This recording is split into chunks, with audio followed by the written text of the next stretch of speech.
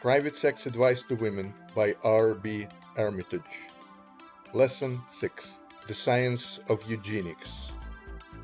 No one who keeps in even only fair touch with the affairs of the world of today can have failed to notice the frequent mention of the term eugenics in the newspapers, magazines, and books of the hour. And yet, many persons seem to be in doubt as to the meaning and use of the term, some thinking that it refers to some new ism or ology, or perhaps to some new and strange doctrine concerning the relations of the sexes. In view of this fact, the writer has thought it well to give the readers of this book a brief, though somewhat comprehensive, view of the general subject of eugenics. Eugenics, sometimes known as the science of parenthood, has well been styled the new science, for it has forced itself into public notice within the past 10 or 15 years, whereas before that time it was practically unknown to the general public. At the present time, some of the world's greatest thinkers have spoken or written on the subject, and many regard it as one of the most vital branches of human research, endeavor, and study. For the future of the race is involved in the solution of its problems. In its general phase of race betterment, eugenics is receiving the attention of statesmen, sociologists, and patriots. In its particular phases, the earnest attention, interest, and study of men and women who wish offsprings of the best quality obtainable.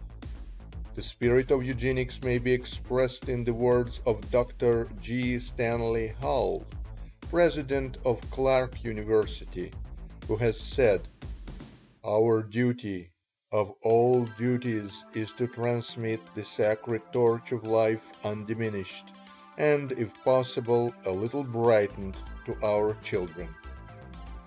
This is the chief end of men and women. All posterity slumbers in our bodies, as we did in our ancestors. The basis of the new biological ethics of today and of the future is that everything is right that makes for the welfare of the yet unborn, and all is wrong that injures them, and to do so is the unpardonable sin, the only one nature knows." End of quote. That phase of eugenics which has brought the new science more prominently before the public mind, and which has enrolled on its roster the names of some of the world's most eminent scientists, sociologists, and writers, the phase of race betterment from the standpoint of sociology, has led many to believe that eugenics is confined to that phase, and is but a movement toward the successful breeding of the human race on a universal scale. To many, such a movement, while deemed commendable and desirable, nevertheless lacks the appeal of the heart and affections. It seems to be of the head alone. But when such persons are brought to their realization that eugenics is also a movement to promote the bearing of children, to enable each mated couple to bring forth perfect offspring, then the heart is enlisted as a co-worker with the head.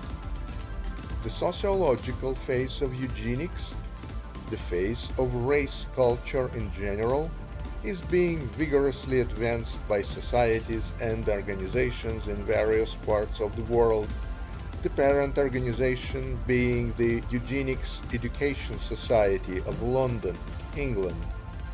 Dr. C.W. Salibi, one of those prominent in the works of the said society, has the following to say concerning the work of that organization. The Eugenics Education Society exists to uphold the ideal of parenthood as the highest and most responsible of human powers, to proclaim that the racial instinct is therefore supremely sacred, and its exercise through marriage for the service of the future, the loftiest of all privileges. It stands for a transfigured sentiment of parenthood, which regards with solicitude not child and grandchild only, but the generations to come hereafter, fathers of the future, creating and providing for the remote children, that which too many schools of thought and practice have derided, of defiled, it seeks to elevate and ennoble. Parenthood on the part of the diseased, the insane, the alcoholic, where these conditions promise to be transmitted, must be denounced as a crime against the future. In these directions, the Society stands for active legislation and for the formation of that public opinion which legislation, if it is to be effective, must express. Parenthood on the part of the worthy must be buttressed, guided, and extolled. The Society stands for the education of the young regarding the responsibility and holiness of the racial function of parenthood. End of quote. The Eugenists hold that in the near future our children, looking back upon the present and the past state of indifference and neglect concerning the important subject of bearing and rearing of children, will experience the same horror that we now feel when we look back upon the indifference to the horrors of human slavery, imprisonment for debt, cruelty toward prisoners, treatment of the insane, executions for trivial offenses, etc., on the part of our ancestors. Our descendants will deem it almost inconceivable that we, their ancestors, could have been so blind and criminally negligent. But, as leading Eugenists have pointed out, the new science does not confine its attention to the subject of preventing measures, important as they are. It also directs its attention to the constructive phase of the subject, that is, the production of better children. While eugenics strives to prevent the unfit from flooding the race with unfit progeny, it at the same time strives to educate the race so that the fit may bear and rear better offsprings. It is not sufficient merely to eliminate the unfit. We must also improve and still further render fit the fit members of the race. The fit must not be allowed to remain merely the fit. We must evolve a fitter and ever move onward toward the realization of the ideal of the fittest. We must not only strive to eliminate the beast in the race of men, we must also aid the race to unfold in the direction of the Superman. The eugenists know that much of the talk concerning race suicide is not only futile and uncalled for, but it also, in a sense, misleading and actually dangerous.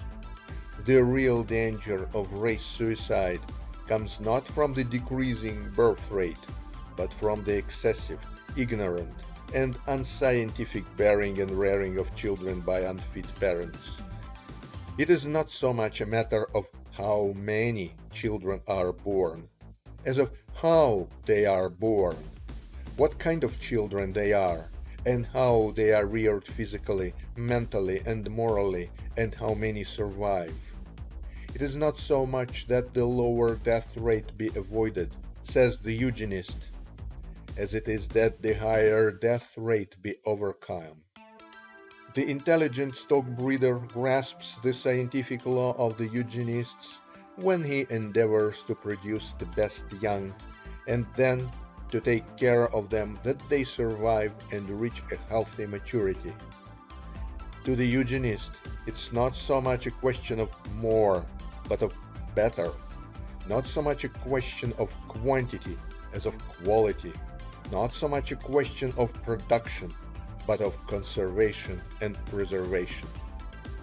Dr. Salibi refers to the death rate of London, which is but 16 to the 1,000, as compared to that of Bombay, which is 79 to the 1,000.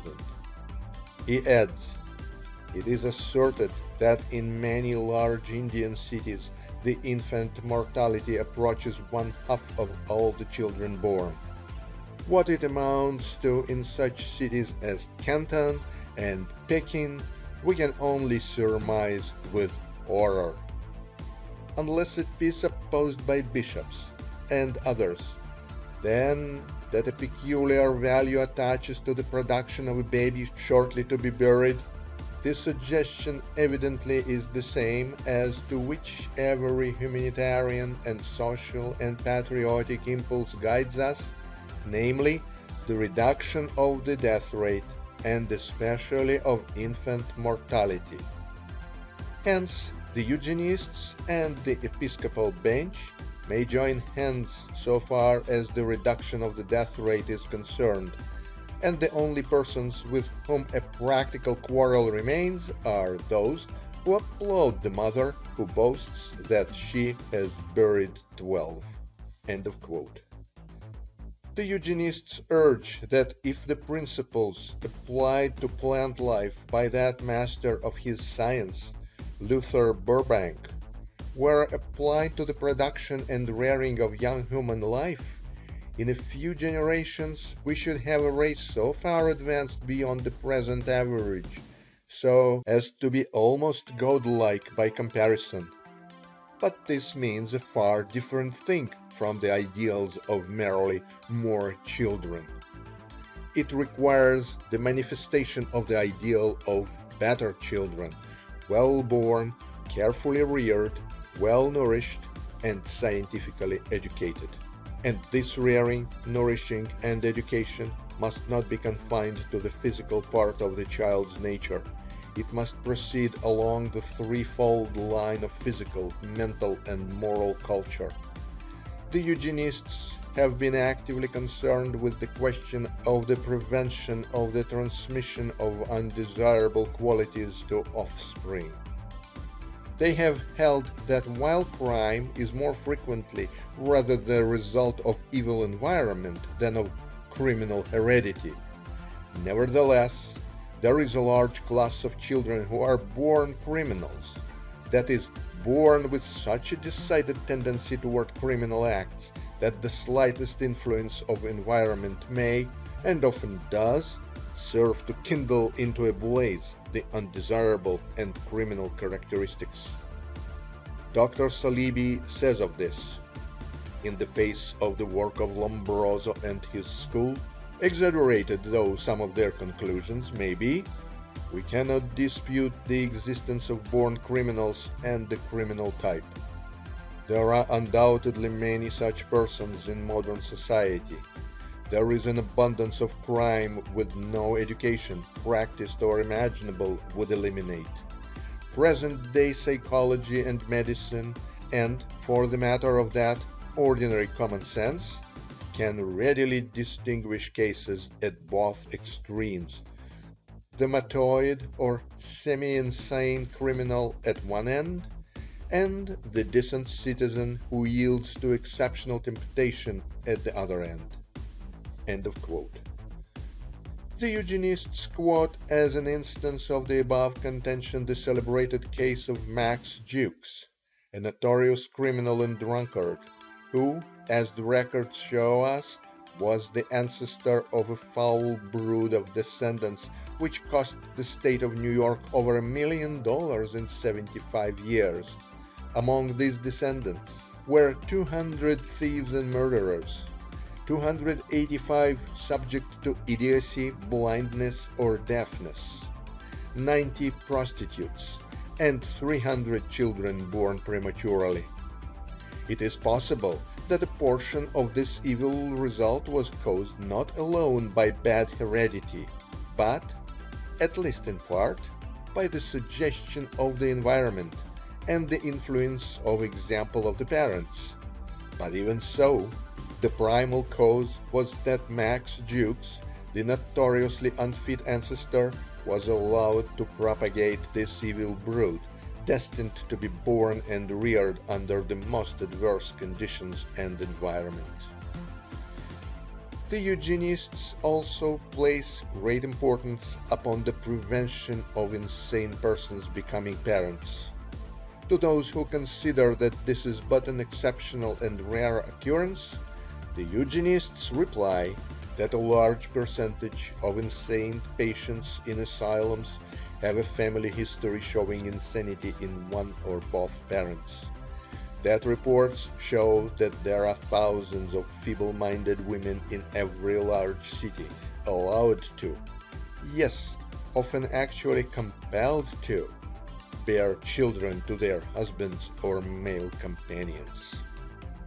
Ribot says, every work on insanity is a plea for heredity.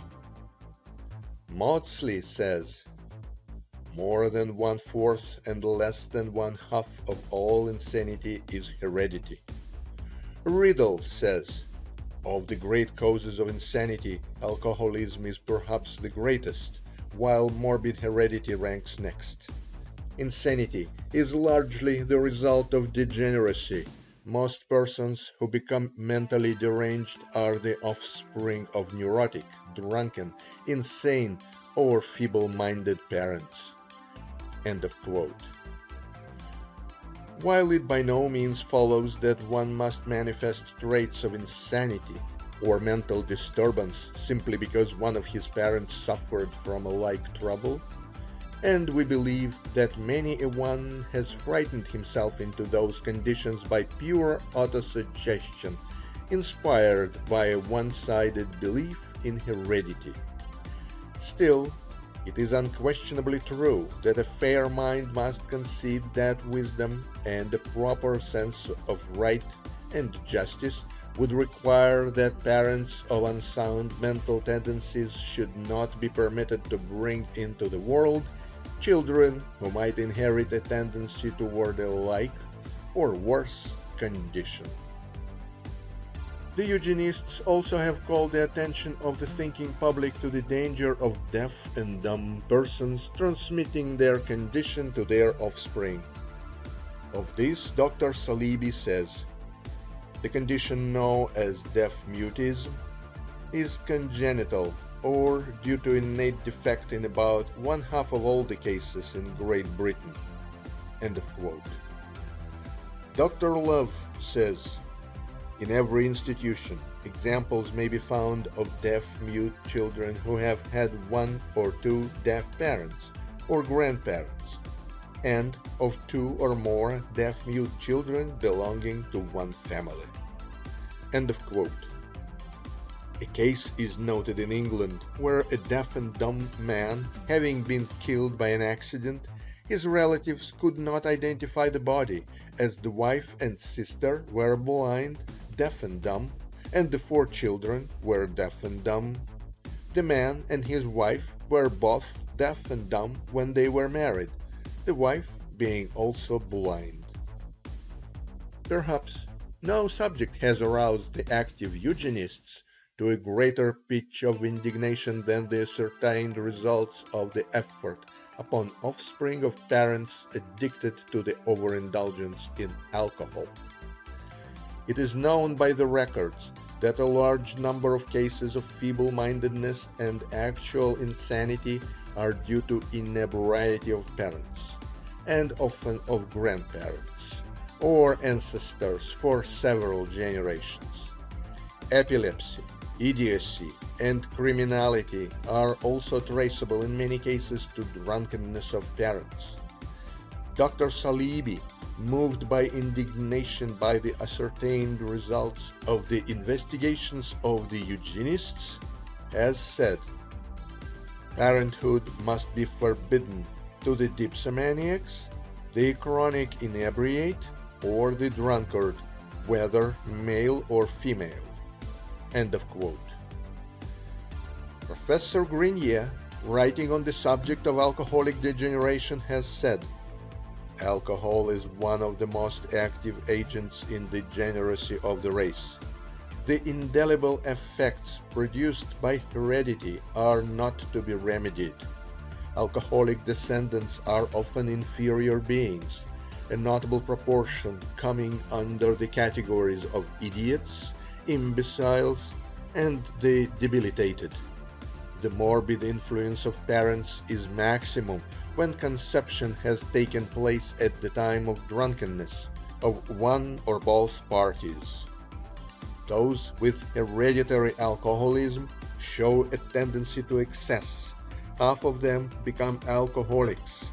A large number of cases of neurosis have their principal cause in alcoholic antecedents. The larger portion of the sons of alcoholics have convulsions in early infancy. Epilepsy is almost characteristic of the alcoholism of parents, when it is not an index of a nervous disposition of the whole family. The alcoholic delirium is more frequent in the descendants of alcoholics than in their parents, which indicates their intellectual degeneration." End of quote. What has been said of alcoholism, of course, applies to the use of narcotics and other drugs. Galton cites a case in which a man who had 2 healthy children acquires the cocaine habit and, while suffering from the symptoms of chronic poisoning, engendered 2 idiots. End of quote. And yet, had anyone publicly instructed the wife of this man regarding the use of contraceptives, such person would have been liable to imprisonment. Another subject engaging the active attention of the Eugenists, and which is discussed to considerable extent in the privacy of their meetings, but which must be voiced only very carefully in the public prints, owing to the murderous silence which society prefers to maintain on the subject, is of the influence of venereal diseases as racial poisons transmissible to offsprings. Dr. Salibi has well said, "No other disease can rival syphilis in its hideous influence upon parenthood and the future. But it is no crime for a man to marry, infect his innocent bride and their children, no crime against the laws of our lawgivers, but a heinous outrage against nature's decrees. When at least our laws are based on nature's laws, criminal marriages of this kind may be put an end to."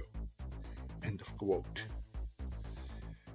The above stated facts are not pleasant reading for most persons, and many pass over them hurriedly, thereby hoping to escape the mental discomfort which the hearing and learning of unpleasant truths so often produce. But the subject will not down. It is forcing itself to the attention of the thinking members of society today in a manner which will admit of no escape. These facts must be faced, and steps must be taken by society to protect the race from degeneration and actual race suicide. And the Science of Eugenics is pointing the way. Dr. Salibi says of this phase of eugenics, "Negative eugenics will seek to define the diseases and defects which are really hereditary, to name those the transmission of which is already known to occur, and to raise the average of the race by interfering as far as may be with the parenthood of persons suffering from these transmissible disorders. Only thus can certain of the gravest evil of society, as for instance feeble-mindedness, insanity, and crime due to inherited degeneracy, be suppressed. And if race culture were absolutely incapable of effecting anything whatever in the way of increasing the fertility of the worthiest classes and individuals, its services in the negative direction here briefly outlined would be of incalculable value.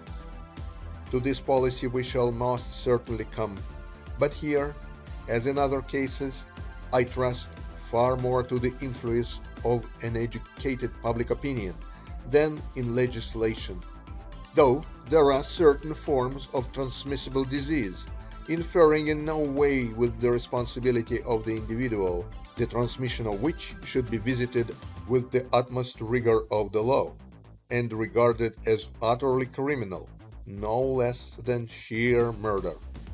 End of quote. But the science of eugenics is concerned not only with telling society what not to do, it is equally concerned with telling it what to do. It has its positive as well as its negative side. After pointing out the evils of procreation on the part of the unfit, it then proceeds to tell the fit how to best serve the interests of the unborn. Eugenics is not satisfied with merely plucking out the foul weeds which have encumbered the fair garden of life. It seeks also to furnish to the real flowers better soil and empowered conditions, as to give them the benefit of the best selection, breeding, and conditions, that they may evolve and improve into still more glorious products of nature's power. The eugenists earnestly advocate laws and public opinion tending to protect mothers and expectant mothers. They recognize the supremacy of motherhood and aim to encourage and protest it. They decry the common indifference toward this function, which is all important in the preservation and evolution of the race, and which neglect is well expressed in the complaint of Bouchacourt, who said, "The dregs of the human species, the blind, the deaf-mute, the degenerate, the imbecile, the epileptic, are better protected than are pregnant women." End of quote. The eugenists believe in educated women for motherhood and in protecting them from conditions which interfere with that important function of their life. They are not fully agreed upon the methods to be pursued in cases of expectant mothers whose lack of proper support prevents them from obtaining the proper nourishment, etc. But in a general way, it may be said that they agree in holding that the expectant mother should be looked upon as the honored ward of the state, and should be properly provided for from the public funds. The eugenists also believe in educated father or prospective father. They hold that every man should be made acquainted with the duties and responsibilities of fatherhood, and should so conduct and order his life that the production and rearing of a family should result as a consummation of a long cherished ideal. The man should be taught to prepare himself physically, mentally, and morally for his coming responsibility to the race. He should also be taught to respect and regard motherhood, and to make it his business to secure and preserve the best possible conditions for the mother of his own children, and the mothers of other men's children, not as an act of mere sentiment, but as a public duty, a patriotic service, a racial obligation. The eugenists believe in teaching young men and young women on the subject of sexual psychology and physiology. They hold that the race is now criminally negligent in such matters, and that young men and women by the thousands enter into the state of marriage and parenthood with no knowledge regarding the sacred functions which they are to bring into activity. They believe that the first requisite of scientific parenthood is and must be a sane knowledge of the physiology of sex and the psychology of sex. There must be sane education concerning the sexual organism, its laws, its functions, its normal and healthy condition, its anatomy, physiology, and hygiene. The average physician of several years' experience can tell tales of almost incredible ignorance on the part of persons who have recently entered into the relationship of marriage. In some cases, the ignorance is more than a mere absence of knowledge, for it consists of an array of false knowledge, untruthful ideas, of often serious importance.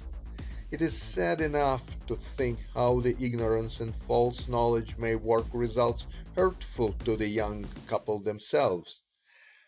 But it is even sadder to realize that these same ignorant or wrongly informed young persons must gain their real knowledge through sad experience, which is to be paid for not only by themselves but also by their children.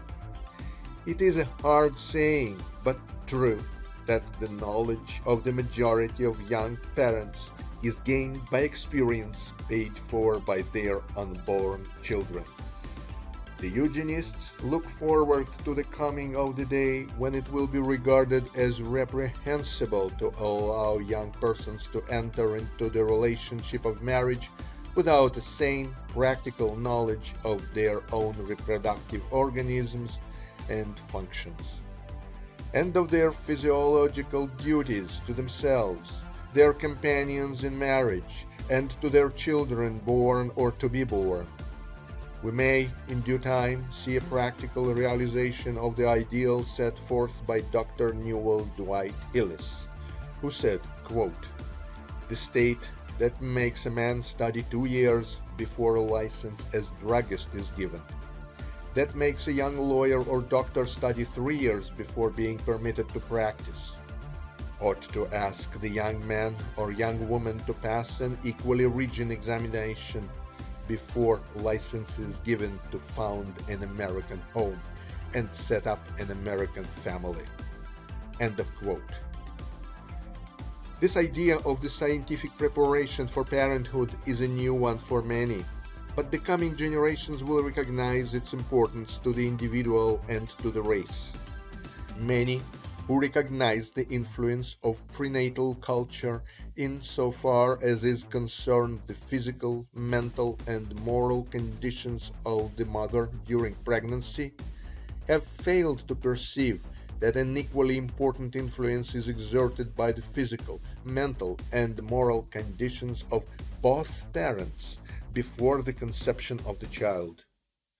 These conditions are reflected, often very markedly, in the child, and an avoidance of consideration in this respect is often almost criminal negligence. Eugenists deplore the haphazard way in which children are so often conceived. More care is often bestowed upon the conditions precedent to the conception of the domestic animals than is given by their owners to the conditions preceding the conception of their own offspring. Too often, while in the case of the domestic animals the utmost care is exercised regarding the arrangement for the breeding of valuable stock, the human offspring are merely accidents, conceived without intention, forethought, or preparation, and too often is such conception undesired, regretted, and unwelcome. The state of affairs is utterly unworthy of civilized man with the knowledge of science at his command and the intellect and will with which to carry out the plain dictates of reason and duty. Nature does her part unhindered in the case of the lower animals, and man should use his principles as a foundation upon which to build a structure which reason and intelligence should supply the materials. Instead of this, man too often discards nature's plan rules entirely, and also refuses to use his reason, and, instead, allows himself to be ruled by selfish inclinations and desires and ignoble motives. To those who may ask, "But why should we give all this time, care, and trouble to the young of the race? What is their claim upon us that demands so much of us in return for so little on their part?" End of question. The answer is plain. We should do this not alone because of the natural feeling of love for our own offspring which is innate in all normal human beings, but we should also do this because we owe a duty to the race in and which we are units, a duty which demands that we supply to the race the best material, and only the best, for its preservation, continuance, and betterment. The spirit of the age is pointing out the direction indicated by eugenics and scientific birth control. And it is a spirit in which the best mental and spiritual powers of man are called into action. A new consciousness, the race consciousness, is awakening with the best of the race. And accompanying it is a new conscience, a race conscience, is manifesting within us, and is giving the individual a sense of right and wrong toward future generations, just as his earlier awakened social conscience has opened his eyes to his duties toward his neighbors. Man is beginning to feel that all men are his brothers, and that the future generations of men are in a sense his children. The new ideal of "let us build posterity worthily" has begun to supplant the old narrow idea humorously expressed in the famous bull of Sir Boyce Roche, who said, "Why should we do anything for posterity? What has posterity ever done for us?" As Dr. Saleeby has well said, in the struggle toward individual perfection, be religious, so assuredly is the struggle, less egoistic indeed, toward racial perfection. And they that shall be of us shall build up the old waste places, for we shall raise up the foundations of many generations. End of quote. And in all this also we find ever present the distinctive note of modern thought, that is, not more children but better ones, not more births but less deaths and more survivals, not numerical birth values but qualitative birth values and numerical survival values. End of lesson 6. Recorded by Mark Chulsky in Massachusetts.